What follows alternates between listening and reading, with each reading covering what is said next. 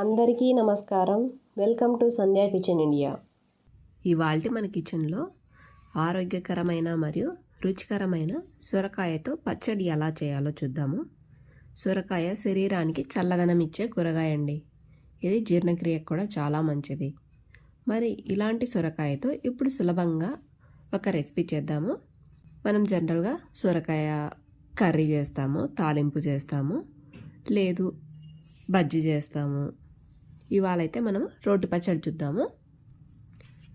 ముందుగా సొరకాయని పైన ఉన్న పీల్ని తీసేయాలి. ఈ పచ్చడికి లేతగా ఉన్న సొరకాయని తీసుకోవాలండి. గింజ పడని లేత సొరకాయ అయితే మంచి టేస్టీగా ఉంటుంది. సొరకాయని ఇలా చిన్న చిన్న ముక్కలుగా కట్ చేసుకోవాలి. ఇప్పుడు స్టవ్ పై ప్యాన్ పెట్టి 2 టేబుల్ స్పూన్స్ ఆయిల్ వేసుకోవాలి. ఆయిల్ హీట్ అయ్యాక మీ కారానికి తగినంతగా పచ్చిమిర్చిని వేసుకోండి. నేనైతే ఇక్కడ 10 పచ్చిమిరపకాయలని చిన్న ముక్కలుగా కట్ చేసి వేస్తున్నాను. మనకు పచ్చడి అంటేనే కొద్దిగా కారంగా ఉంటేనే బాగుంటుంది కదండి. ఇవి నవి నల్ల మిరపకాయలండి, చాలా కారంగా ఉన్నాయి. పచ్చిమిర్చి పై లేయర్ అంతా బాగా వేగిన తర్వాత ఇప్పుడు మనం కట్ చేసి పెట్టుకున్న సొరకాయ ముక్కల్ని కూడా వేసి వేపుకోవాలి. ఇందులోకే 1 టీ స్పూన్ పసుపు, 1 టీ స్పూన్ ఉప్పు వేసి ముక్కలకంతా బాగా పట్టే రకంగా కలిపి మూత మూసి మంటని మీడియం ఫ్లేమ్లో పెట్టి 10 నిమిషాల పాటు మగ్గించుకోవాలి. మధ్య మధ్యలో కలుపుతూ ఉండాలండి. సొరకాయ కాస్త సాఫ్ట్గా అయ్యాక కొద్దిగా చింతపండు, అంటే ఒక 3-4 పిచ్చల చింతపండు అనుకోండి, అలాగే 2 పెద్ద టమోటాల్ని చిన్న చిన్న ముక్కలుగా కట్ చేసి వేసుకోవాలి. ఇందులోకే 1 టీ స్పూన్ ధనియాలు, 1 టీ స్పూన్ జీలకర్ర వేసి వేగనివ్వాలి.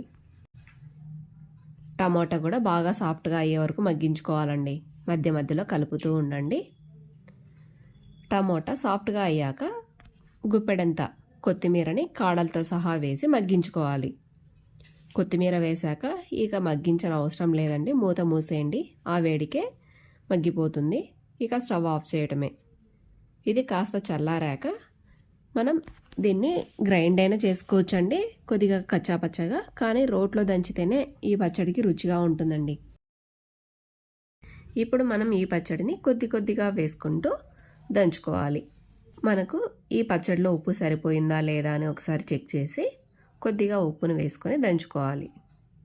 ఇలా రోటి పైన ఉప్పు పెట్టుకొని దంచటం ఎంతమందికి అలవాటు ఉన్న వాళ్ళు కామెంట్ చేయండి. మన పాతకాలం పెద్దవాళ్ళైతే రోటి పైన ఉప్పు ఖచ్చితంగా పెట్టేవాళ్ళు కదండి.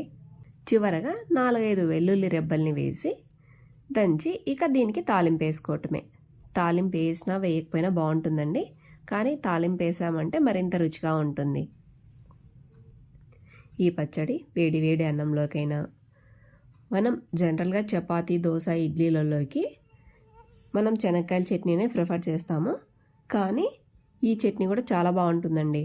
ఒకసారి ట్రై చేసి చూడండి. ఇక మనం తాలింపు వేసుకుందాం రండి. స్టవ్ పై కడాయి పెట్టి 1 టేబుల్ స్పూన్ ఆయిల్ వేసుకోవాలి. ఆయిల్ హీట్ అయ్యాక 1 టీ స్పూన్ మినపప్పు, 1 టీ స్పూన్ శనగపప్పు వేసి వేపుకోవాలి. ఈ పచ్చడికి శనగపప్పు, మినపప్పు బాగా వేగి ఆ ఫ్లేవరే బాగుంటుందండి. శనగపప్పు, మినపప్పు కాస్త వేగాక 1/2 టీ స్పూన్ పోపు దినుసులు, 2 ఎండుమిరపకాయలు, కొద్దిగా కరివేపాకు వేసి ఈ తాలింపును తెచ్చి మనం చేసి పెట్టుకున్న చట్నీలో కలుపుకోవటమే. అంతేనండి, సొరకాయ చట్నీ రెడీ. చాలా సింపుల్గా, చాలా టేస్టీగా, చాలా బాగుంటుందండి. తప్పక మీరు ట్రై చేసి మీకు ఎలా వచ్చిందో కామెంట్ చేయండి. వేడి వేడి అన్నంలో సొరకాయ పచ్చడి కాస్తంత నెయ్యి వేసుకొని తిన్నామంటే సూపర్ అనుకోండి. Thanks for watching my video. Please like, share and subscribe to my channel. Thank you.